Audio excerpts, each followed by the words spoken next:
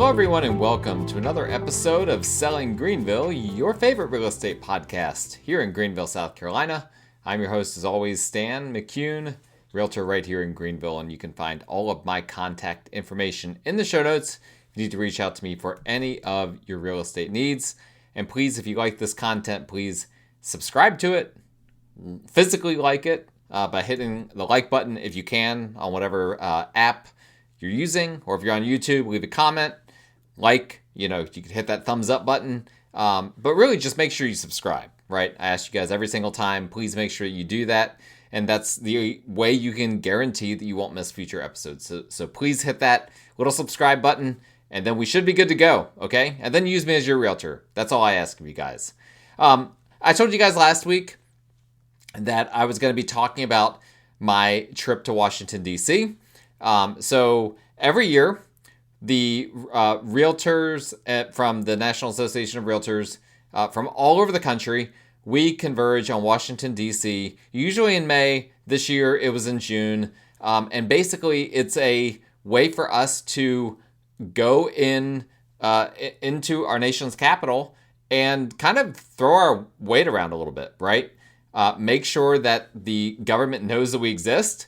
Because we don't have unions, we don't have representation outside of the National Association of Realtors. And every year things get done when we go to DC. So last year, one of the biggest things that we had to tell our legislators all over the country was how VA loans were restrictive in terms of how VA buyers could compensate their buyer agents. And that was a big deal because the National Association of Realtors had just lost a lawsuit that had to do with buyer agent compensation. Well, immediately, literally the week after we went to DC, the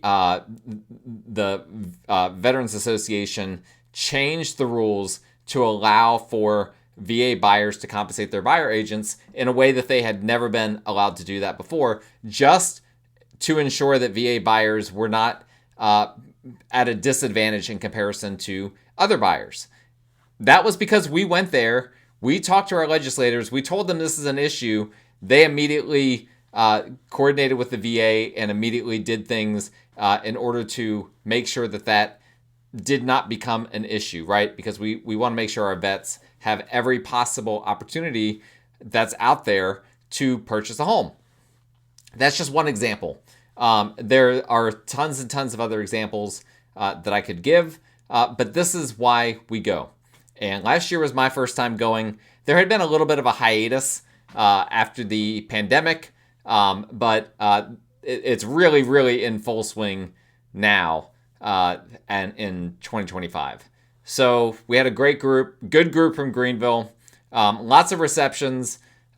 We had reception for Greenville, we had reception for the region, we had a reception for the state, and then, there are all sorts of other receptions and different things to attend depending on how involved you are in either the state association or the National Association of Realtors, et cetera, or whatever committee you might be a part of.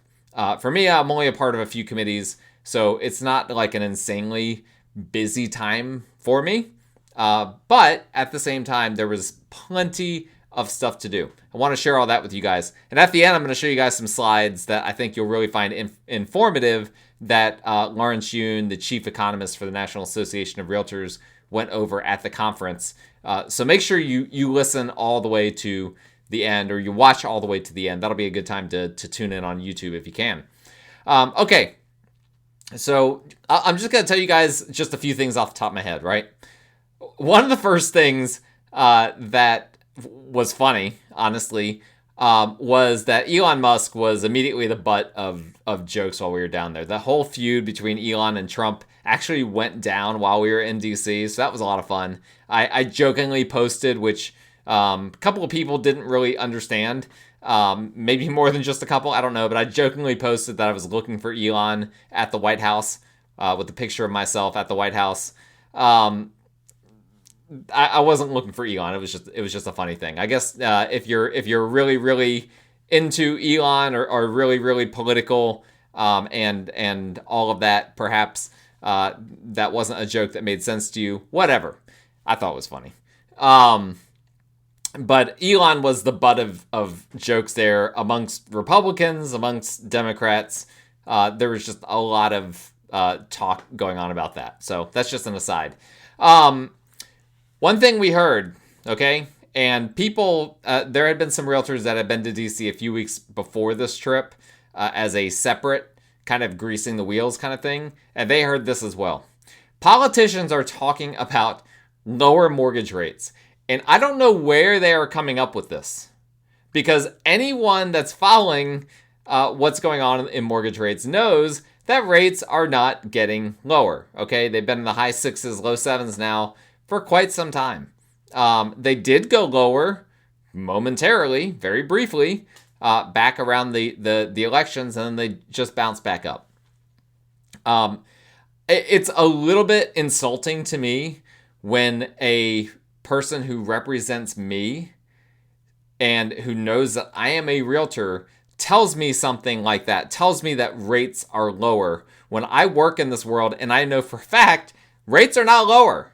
You know, that would be like me telling that politician something about the way government works, and it's way off. Now, they probably hear that a lot. They probably get that a lot, but they're not getting that from me. I'm not telling them that.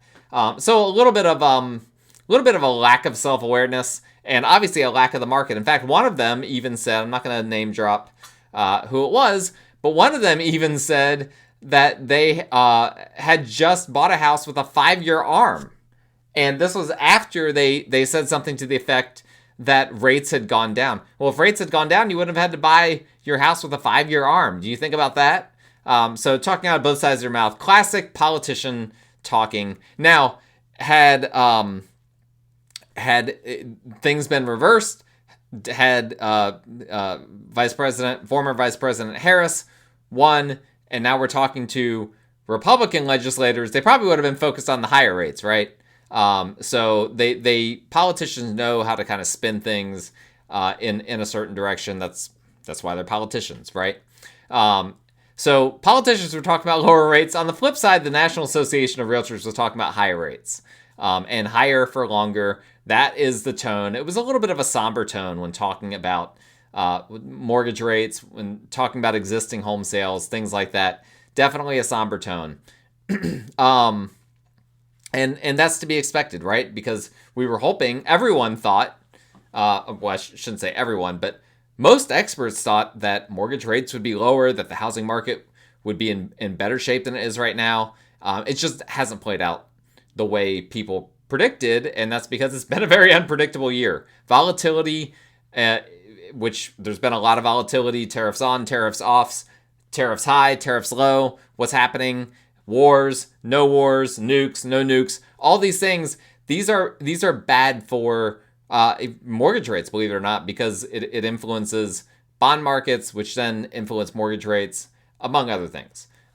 So long story short, hearing different things from the experts at the National Association of Realtors than we're hearing from our politicians. So that's not good. So hopefully this past week helped or not this past week, but the week that we were there helped to educate these politicians, these legislators on the reality of the situation. Now, there's not much they can do. Because even if, and I'm recording this, the Federal Reserve just announced they are not lowering rates, but it really doesn't matter because right now what's driving rates is the bond market, as I already said, and treasury bills. And even if the Fed were to lower rates, I don't know that would really influence the markets that much. So here we are. There's not a whole lot that our legislators and in the state of South Carolina or elsewhere can do about rates, but I would wish that they wouldn't gaslight us and tell us, the people that are living in this world and breathing and in drinking and eating mortgage rates every single day, tell us that they're lower when they really are. Now, if you're wondering, you're probably not wondering. Maybe some of you are. I don't know.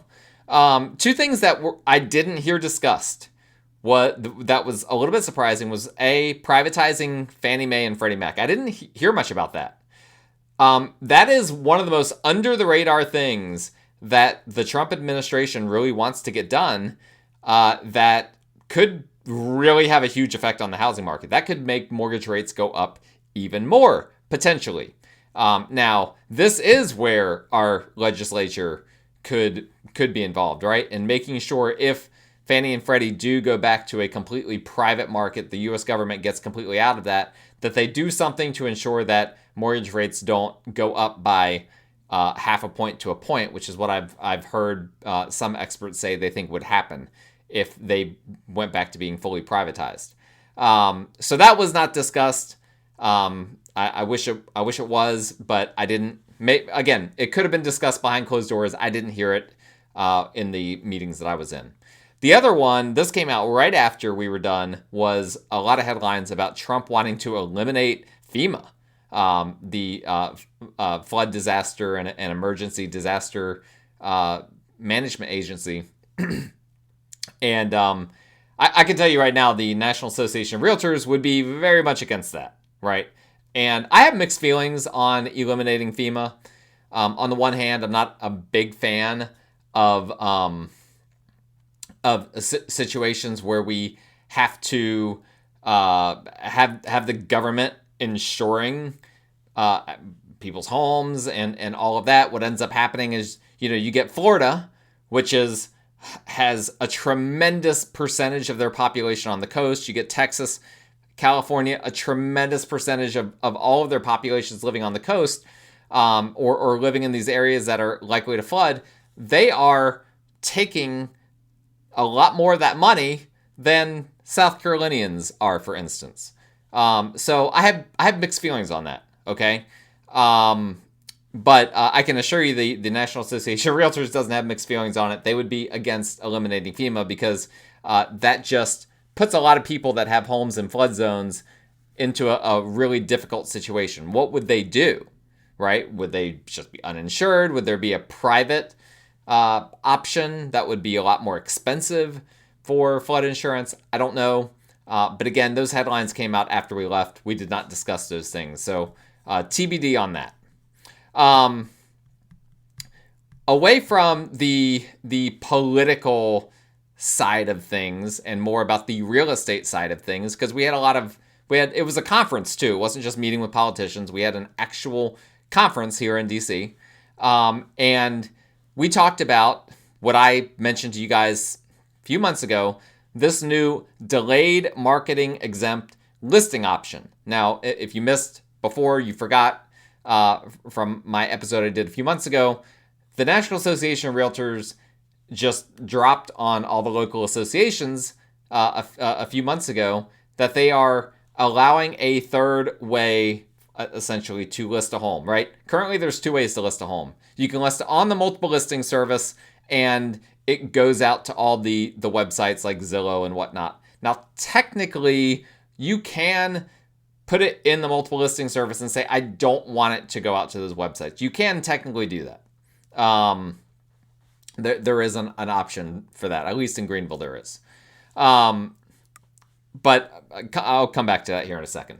The other option is office exclusive or brokerage exclusive. If it's brokerage exclusive, then it doesn't go into the multiple listing service. It just stays within the brokerage. Okay, so this is, let's say that you've got a $5 million house. You don't want it to go on the multiple listing service. You want to try to market it to just the exclusive agents. Maybe, for instance, my company, we have a lot of agents that specialize in luxury housing. You might say, well, let's try to market it to them for a week first. Try to get an agent that's actually experienced in this sort of housing before we put it on the internet and people can see, everything is inside the house. That's the other option. The third option that the NAR unveiled recently and then said local associations have to figure out how to implement it is delayed marketing exempt. What delayed marketing exempt means is it goes into multiple listing service but doesn't get syndicated out to websites like Zillow, Realtor.com, Homes.com, et cetera, for a certain period of time. The period of time to be determined by the local associations. Where I'm going with all of this is I knew that this would be a talking point at this conference. Sure enough, it was. And a lot of associations are very upset about this. I don't know. Well, I do know why they're upset. I think it's silly that they're upset. They're just emotional. I think the reason why they're upset is they feel like the National Association of Realtors keeps dumping stuff on our plates without any warning. And at the end of the day, this provision, this delayed marketing exempt listing provision, was most likely put into place in order to pacify a few brokerages. But it upset, they upset a whole lot of association directors. I personally think the more options are good. More options are better than fewer, right? If you're selling a house. But a lot of people weren't happy about that. So it's going to be very interesting to see how that shakes out here in the Upstate and nationwide. It's going to be another one of these things where depending on where you live, it's going to be a very radical different option that you have in terms of listing your home. And I talk about this all the time, that real estate is hyper local. It changes dramatically if you're in Tucson, if you're in Boise, if you're in Austin, if you're in San Francisco, if you're in Greenville, if you're in wherever. Very, very different depending on where you are. This is just going to be one more of those things. Another anecdotal thing here, I feel like the vibes were kind of weird at this conference, and that's not super shocking. But it wasn't a lot of like bad vibes. It was just like weird vibes, like people saying, my business is doing okay, but it's just different than it's ever been before. Like there's just things happening that just aren't normal in comparison to what my business has been like for the past 20 years. And so that was helpful for me to hear, because I feel that myself. My business is that way. There's just weird things, not bad things, just weird things. And you're hearing that all over the country. Another one, and this will be the last one before I get into the slides here, is at this conference, one of the things that did directly change was the National Association of Realtors decided to change the hate speech aspect of the Code of Ethics.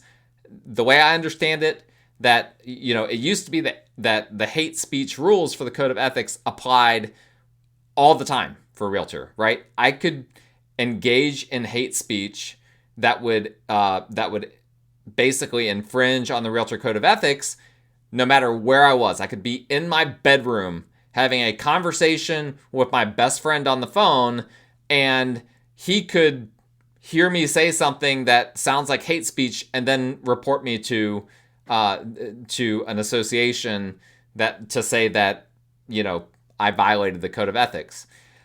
This actually happened not that long ago. Something shockingly similar to this a few years ago, and I if I remember correctly, I think it was in South Carolina, that someone in a private Bible study, it came up sexual ethics, which just about every religion has rules for sexual ethics. That's not unusual. But someone in that private Bible study did not think that was appropriate for a realtor to discuss, and reported that realtor. Now, the realtor ended up not getting in trouble, but had to go to meetings, had to testify before an organization, a whole lot of stuff. And at the end of the day, the reason why they did not get in trouble wasn't because it was determined that the Code of Ethics didn't apply in that private Bible study. Actually, it was determined that they didn't get in trouble only because they said there are different interpretations, and this is one interpretation, but there are other potentially valid interpretations. Well, that's a really, when you're talking about a person's religion, that's, people should have the ability to say, this is what I believe, without having to hedge it with, but also there's these other beliefs and they all might be valid and nobody knows. Like, that's ridiculous. So I think if I understand this correctly, that would no longer apply. That what would apply is if then my belief on sexual ethics told me that people with a different sexual ethic than me can't be my client or can't buy a house from one of my listings or something like that. Now it's infringing on my job. That's a real thing, okay? but a person's religious beliefs, person's private conversations about what they think politically on some of these different things, that should not constitute hate speech. And ultimately, what you end up doing, and to go back to the example I just gave, that example pitted two protected classes, right?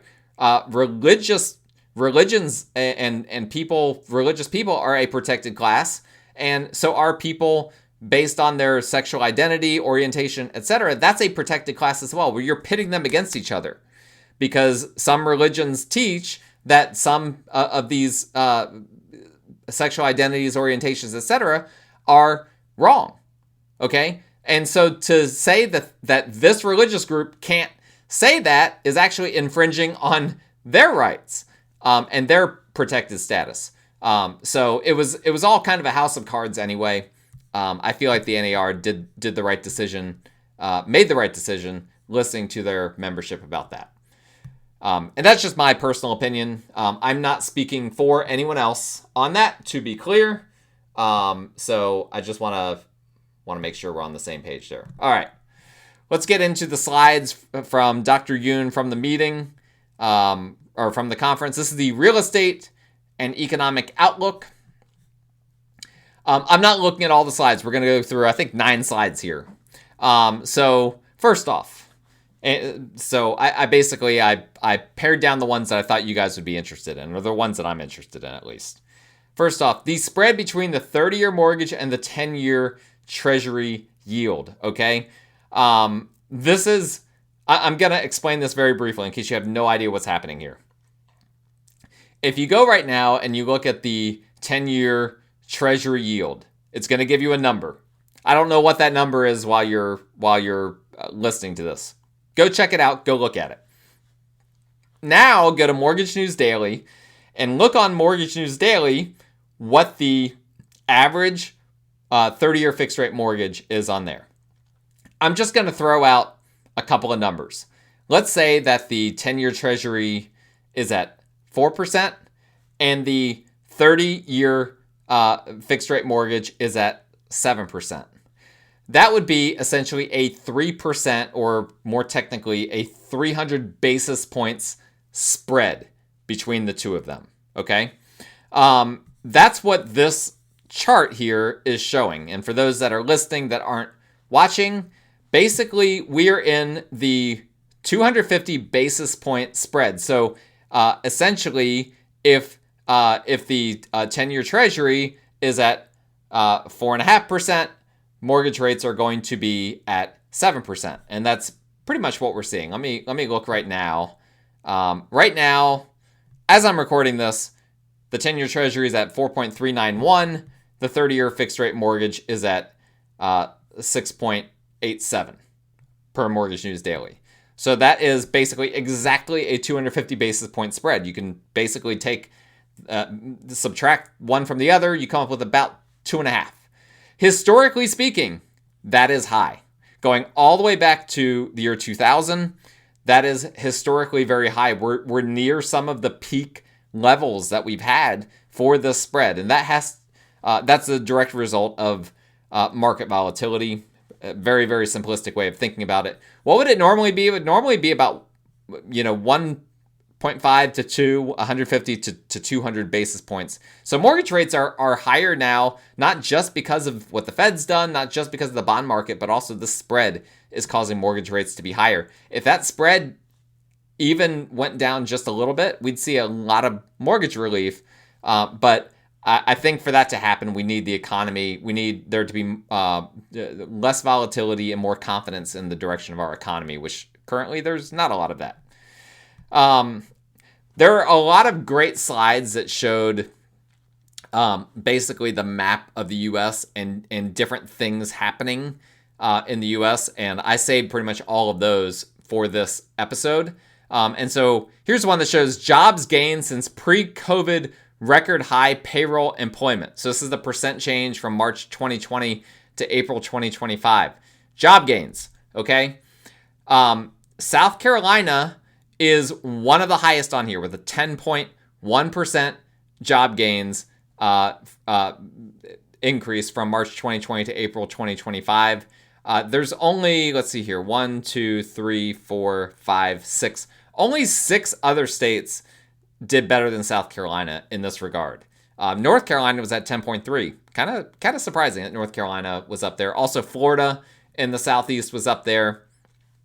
And so the Southeast had very, very good representation on job gains. And then if you look at job gains over 1 year, from April 2024 to April 2025, South Carolina also doing really, really well. South Carolina on this one, as I'm eyeballing it real quick, to make sure that what I had looked at before is still accurate, number 2 for the past year. Number 2 only to Idaho. 2.4% job gains over the past year. That's great. That's by far the best in the Southeast. Number 2 in the country. All right, moving right along here. Recent monthly existing home sales show no recovery. So here is the this slide shows the seasonally adjusted annualized rate of existing home sales, and this is a really, really important chart to understand what's happening right now, right? Because if you look at a lot of the home sale data, it looks like it's not that bad, but a lot of home sale data includes new construction. And so people that are buying new construction are usually not buying existing homes. So if you're a seller, right? If you're listening to this and you're someone who's thinking about selling your home, you're not selling new construction. You're selling a home that you live in. Of course, if you're a builder, you are selling new construction. So perhaps you'd be interested from that standpoint. But long story short, existing home sales, right? Not new construction. Everything else is bottom of the barrel, hovering around 4 million seasonally adjusted annualized sales, which is recession level. Okay, recession level. In fact, if you take out recessions, it's essentially not been this low since 1996. And really, this to me is the most important thing thing to wrap your head around in order to understand the state of the housing market right now. This is why the housing market feels so bad if you're a seller, because people are still buying new construction. Now, new construction is not doing as well as it was, but they're still buying new construction. What they're not buying nearly as much of historically is existing homes. Okay. And what's astonishing about this current sales being comparable to 1996 is the population is so much higher than it was in 1996. So the demand is there. There's so much more demand.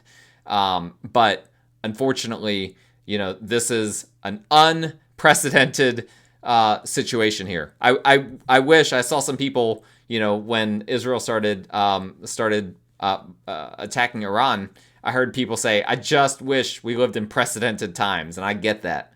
I do too. I wish we lived in precedented times. We don't, though. It is not ours to decide whether the times we live in are precedented or unprecedented. Month supply of inventory. Okay, here we're going to actually look at new homes versus existing homes. And interestingly, the month supply of new homes, which is in the red if you're looking on here, is actually pretty high. So new construction, historically speaking, is typically between 4 to 6 months of inventory, which is normal, right? Builders, they don't want to go above 6 months of active inventory because that's typically when it becomes a buyer's market. So they, once they get to that point, typically they start dialing back new construction. Well, right now it's bouncing around 9 months of new construction inventory. And I just talked to an agent that worked for a builder today who was talking about a community that he's been told, hey, we need to sell some homes in this community because they've not sold a single one. Brand new community with spec homes. They've not sold a single one, and they're starting to freak out. So very interesting.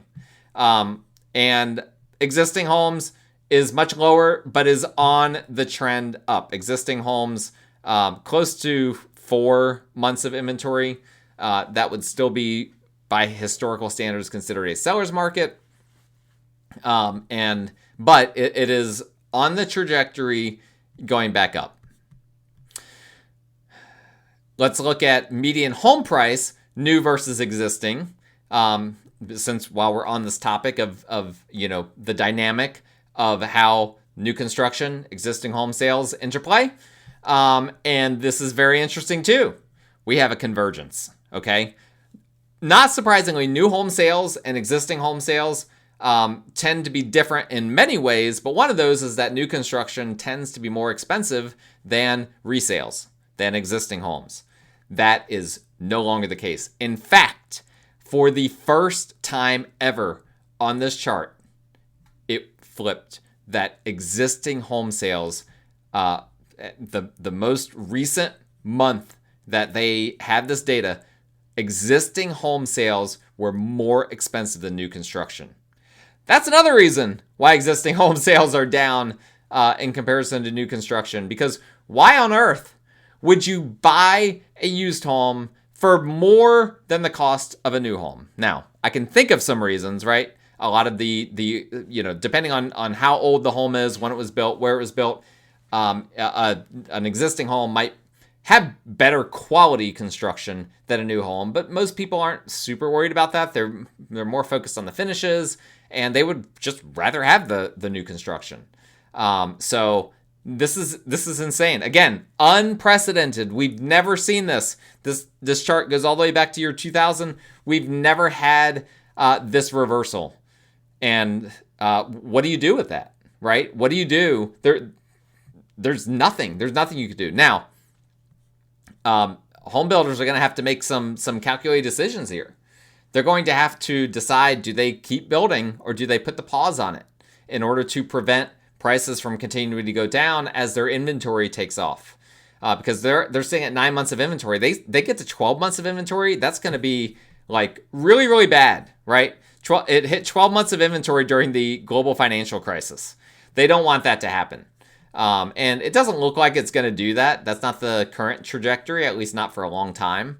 But they have to make some decisions here. So this will be an interesting one to track.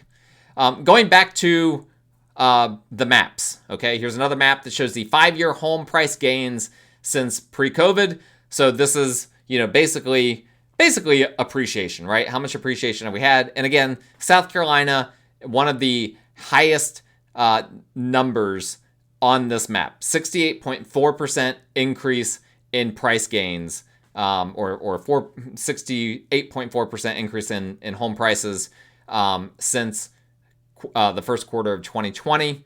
That is one of the highest on here. The highest is, interestingly, 75%, which is in Maine. But most of them, that was the only one in the 70% range. Most of the highest on here are in the 60% range. By the way, Louisiana. Everything I keep seeing about Louisiana is bad. Louisiana is the lowest on here. Louisiana had some bad numbers on some of the other things that we showed. Really sad. I think the hurricanes and things like that have really battered that state. But a lot of this data keeps looking bad for Louisiana.